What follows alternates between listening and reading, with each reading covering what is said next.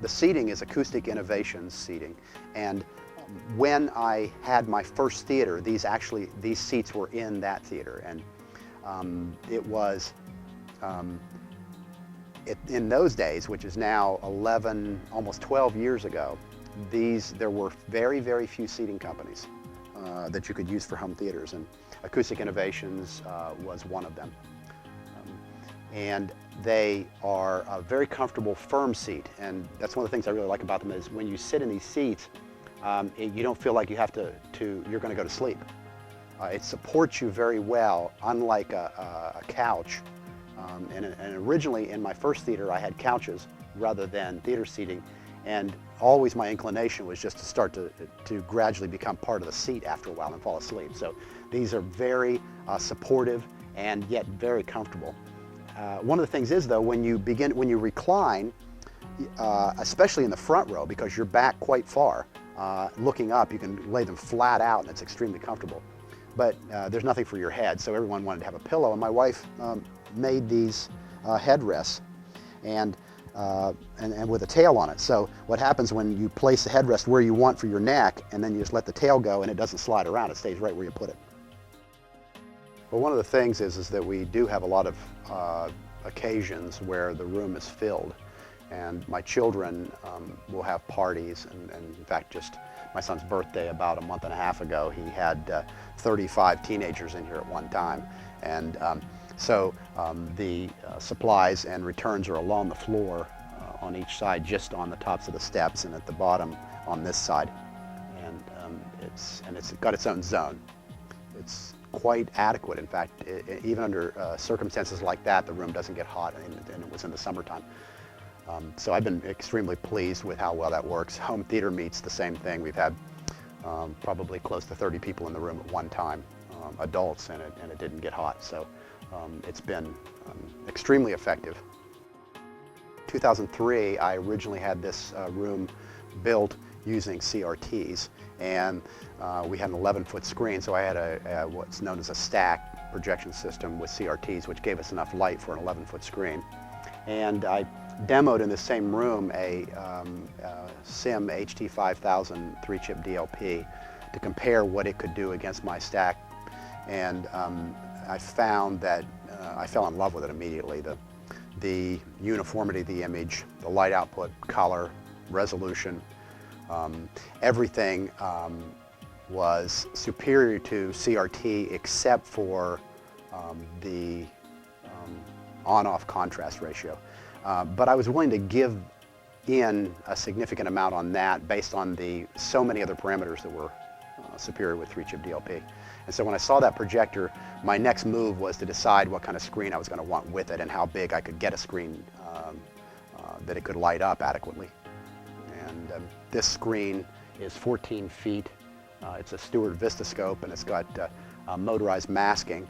And the motorized masking system can go anywhere from clear out to scope aspect ratio, which is where we started, into 4:3. And 4:3 isn't just the old television, but it is essentially every film made prior to 1953. So if you're an old film buff, this is the aspect ratio that you're going to get with those films. So I decided on this screen because it was really the top-end motorized masking, and it's automated so that it can be run in macros to give you. You can change the aspect ratio through the projector, and you can end up with the motorized masking in the same macro. And also it's acoustically transparent because all of my speakers, the mains and the bulk of the subwoofers are all behind the screen, and we're going to show you that in a minute. You can see the speakers that are behind the acoustically transparent screen. These are all Mark Seaton designed and built speakers. The mains are known as Catalysts, and this was actually the first 3 of them built. These are prototypes, in fact. And then on the floor, you can see there are boxes, which are the primary subwoofers. There's 4 of those, And those are, again, Mark Seaton's submersives. They have each 15-inch drivers on each side, so there's 8 15-inch drivers all told on the subwoofers. And so we get quite a bit of power coming out of that in the room. And I've been extremely pleased with the reliability and the function of these speakers and how they fill the room and how dynamic they are.